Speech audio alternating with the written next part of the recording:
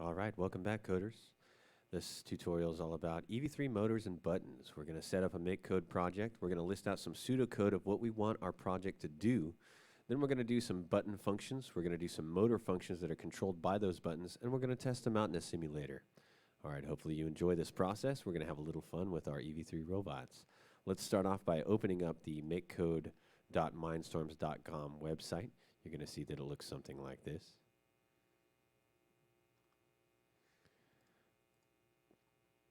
Look something.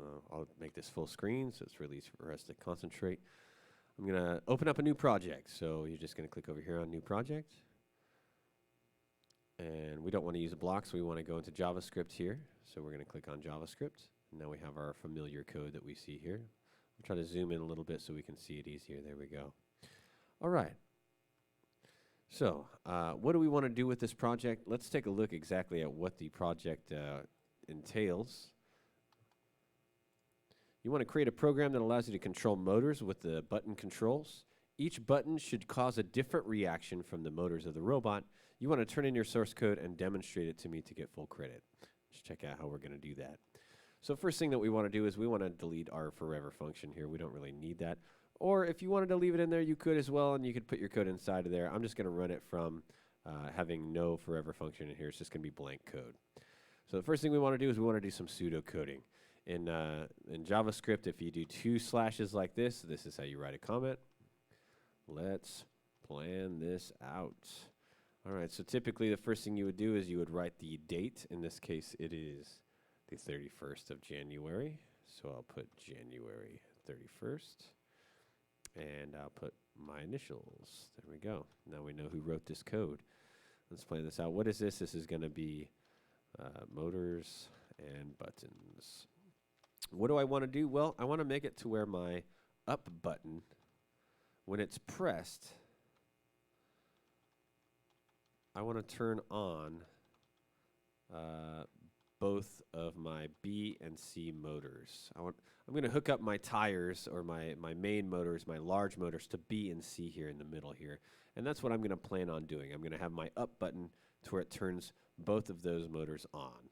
And I want to also make it to where when I have the up button released, I want to turn off both of those motors.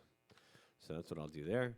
And then I'm going to make something similar to this. I'm going to make it to where when I press the down button instead of the up button, when I press down, I'm going to make it turn both of those motors on, but I'm going to make it at negative power. So actually I should specify this. I'm going to do it 100% power on this side here. 100% power. There we go. And I'm going to turn both the BC motors on. When I press down, I'm going to make it go at negative 100% power. That way, I could basically tell my vehicle or my main motors to go forward full power or backwards. All right, so that's what I'm going to do there. I'm also going to make it to where when I push down my left and right buttons, let's do that. When left is pressed, I'm going to do something. And when right is pressed, I'm going to do something here. Pseudocoding is very, very important. It's important for you to list out the steps of what needs to be done. Because if you work with somebody else, a good chance that you could split up the task and have different people create the functions separately, and then you could just add them all together at the end.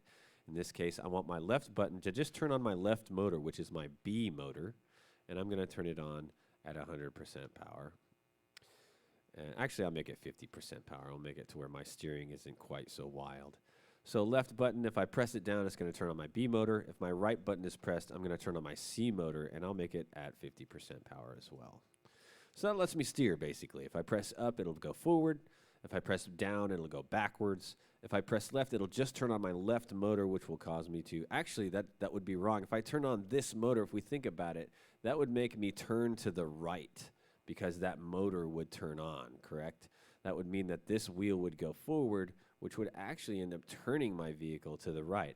So although this would power my motor right here, I might want to make it to where if I press left, it's actually going to turn me to the left, which means that I'm going to make it turn on the other side's motor.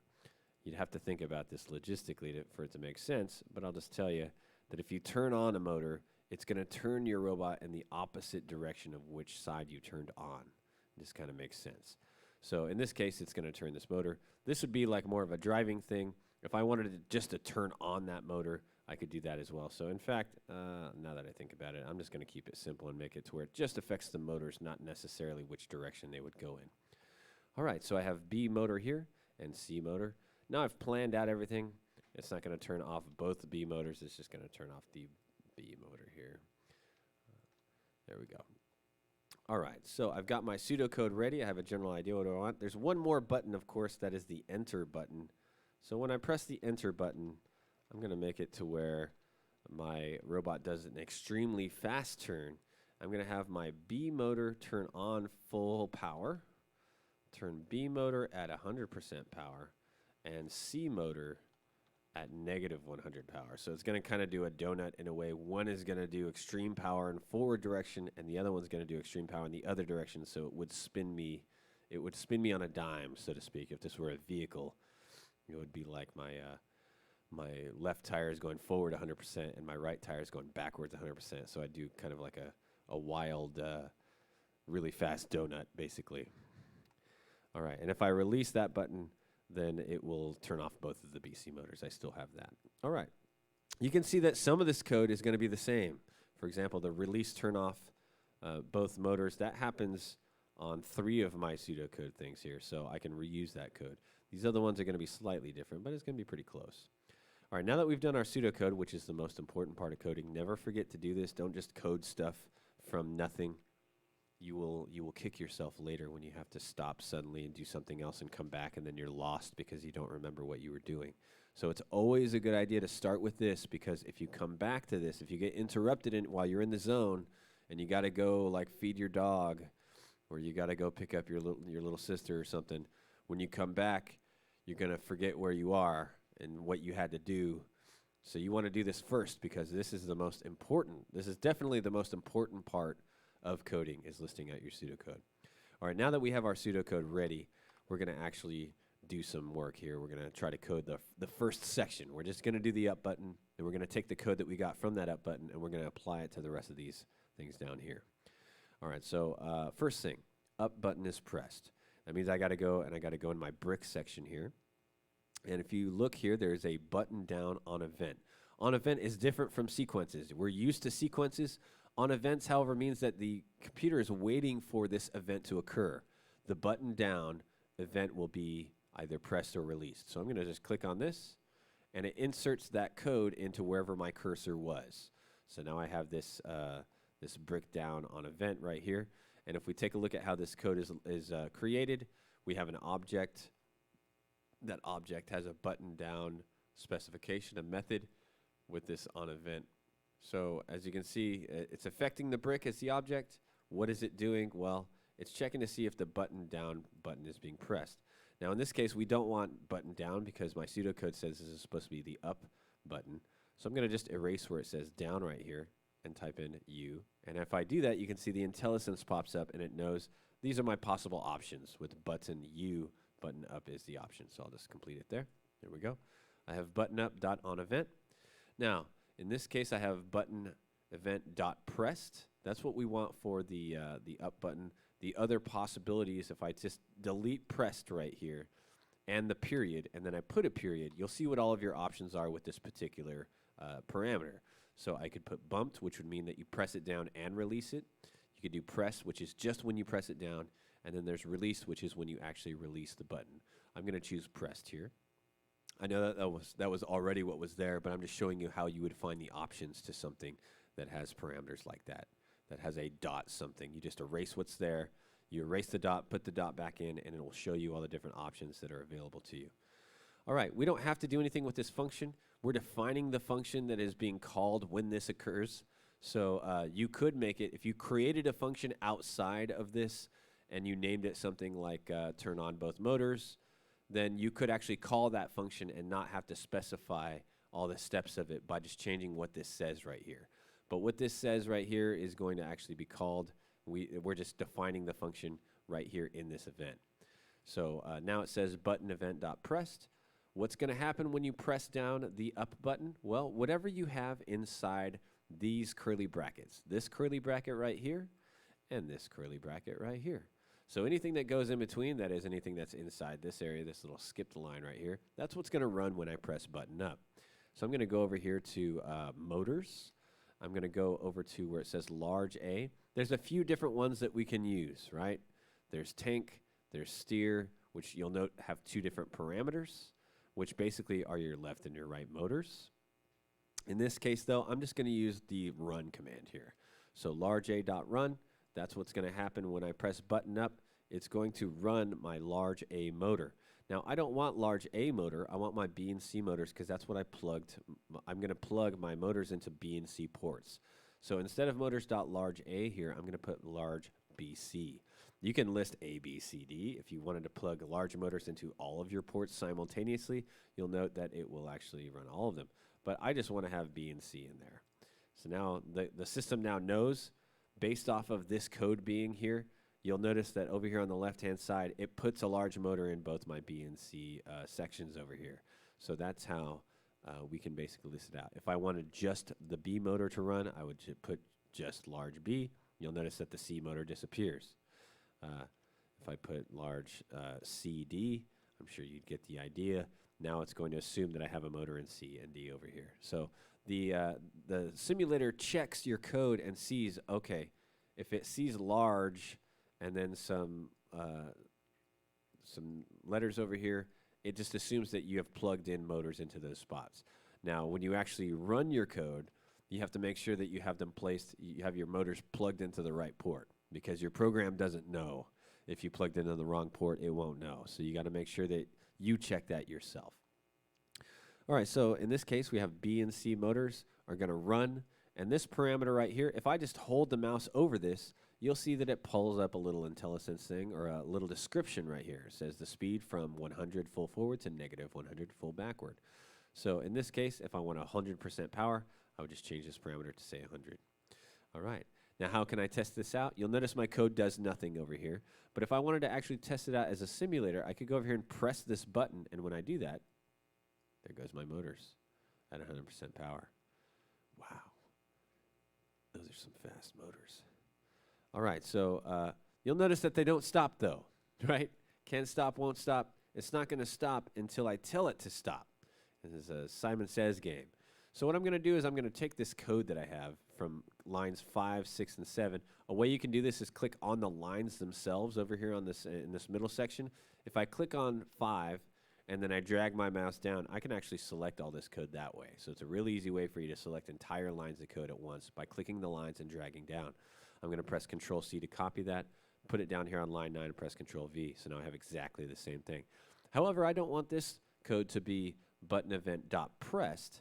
I want this to be released. So if I press the period, if I delete all that, press period, I now have my IntelliSense. I could type it all out, but I'm more lazy efficient than that. So I'm going to go down here and go to release and press enter. And now, bam, I have that in there. I could have typed that out, but that would have been more keystrokes. And I don't want to use my fingers any more than I have to. All right, so now we have released in here. What's going to happen when I release the button? Well, I want my motors .large B and C. I don't want them to run. I guess I could put run at 0, and that would technically be the same thing. But I'm going to just press, do the same thing I did before and erase everything, put a period down, and now I can see the different options that I have here. You'll notice that there's quite a few of them down here. I'm going to choose stop. So I'm just going to turn off my large B and C motors. Now keep in mind, you're going to get this like, hey, there's an error here. That's because, remember, anytime you run a function or a method, it has to have that parameter list even if it's empty. So right here, we have to have those parentheses at the end, just letting the computer know, yes, I'm referring to a function or I'm referring to a method. There we go. So now if we actually try this out, if I press down on the up button over here, it turns on my motors. And when I release it, that is, I'm releasing my mouse button as well, then it actually will turn them off. So I can see that now it works as a responsive system where I can turn on the engine and I can turn it off as well. Now I'm going to do exactly the same thing, but I'm going to do it for the rest of the pseudocode down here. I'm not going to walk through exactly how to do that. I'm sure you can figure it out with the clues I've given you so far. It's going to be very similar to what you did here. You're just going to change it from button up. You're going to change that to button down, button left, button right. and you're going to change which motors are activated. In this case, you would turn on your B motor in the left button. You turn on your C motor in this one. And for the parameter that you have here, this is just the speed that your motor is going to be activated. So if you wanted it to be at 100% full blast, or as I have down here, 50% power, you would just change this to 50 instead of 100%. As for this one down here, I would actually have two different codes. I would have activate B motor at 100%, and then I would have activate C motor at negative 100%. So let me actually show that one because that one is slightly different. I'm going to take this code right here, just like before, copy it. I'm moving down to my enter button here, putting that in here. So instead of button up, I'm changing this to button enter, like so. There we go. When I push down button enter, what is it going to do? Well, I don't want it to run both of my motors at 100% power. I want it to run B motor at 100% power, so I'm going to take the C off of this line right here. And then from here, I'm going to take this piece of code, copy it. I'm going to paste it in right here, so that way we can get it in there. And now I'm going to change this to be large C run, and I'm just going to make this at negative 100%. So now we can see that even though I'm pushing one button down, it's actually running two different commands when I do that. It's going to turn on my large B motor at 100% power, and it's going to turn my large C motor on at negative 100% power. I hope that this was helpful. You should have a lot of fun with coding your own robot. Remember, these are the basics of how to get motors to run using the basic selection here. If I press enter now, you can see that one of my motors goes on at 100%, and one of them goes on at negative 100%. So they're going in opposite directions. That's what's happening here. All right. Remember that these motors can control all kinds of things. Really, the physics of what happens is all up to your imagination and what you build your robot to do. This is just how you would control the motors directly with these buttons. I hope you have fun coding this. Enjoy. Oh, one last thing. We got to make sure that we rename our file. I forgot to do this at the very beginning. Very important. Down here where it says untitled, I'm going to change that to say motors and buttons. There we go. Now when I save this file, when I download it, this is what it's going to be called. That way you don't have just a bunch of untitled programs on your brick when you download them and you run them. You want to make sure that you name it down here when you do that. All right, everybody, I hope you enjoy this process. Make your robots do something incredible or useful or just fun, I guess. It's up to you.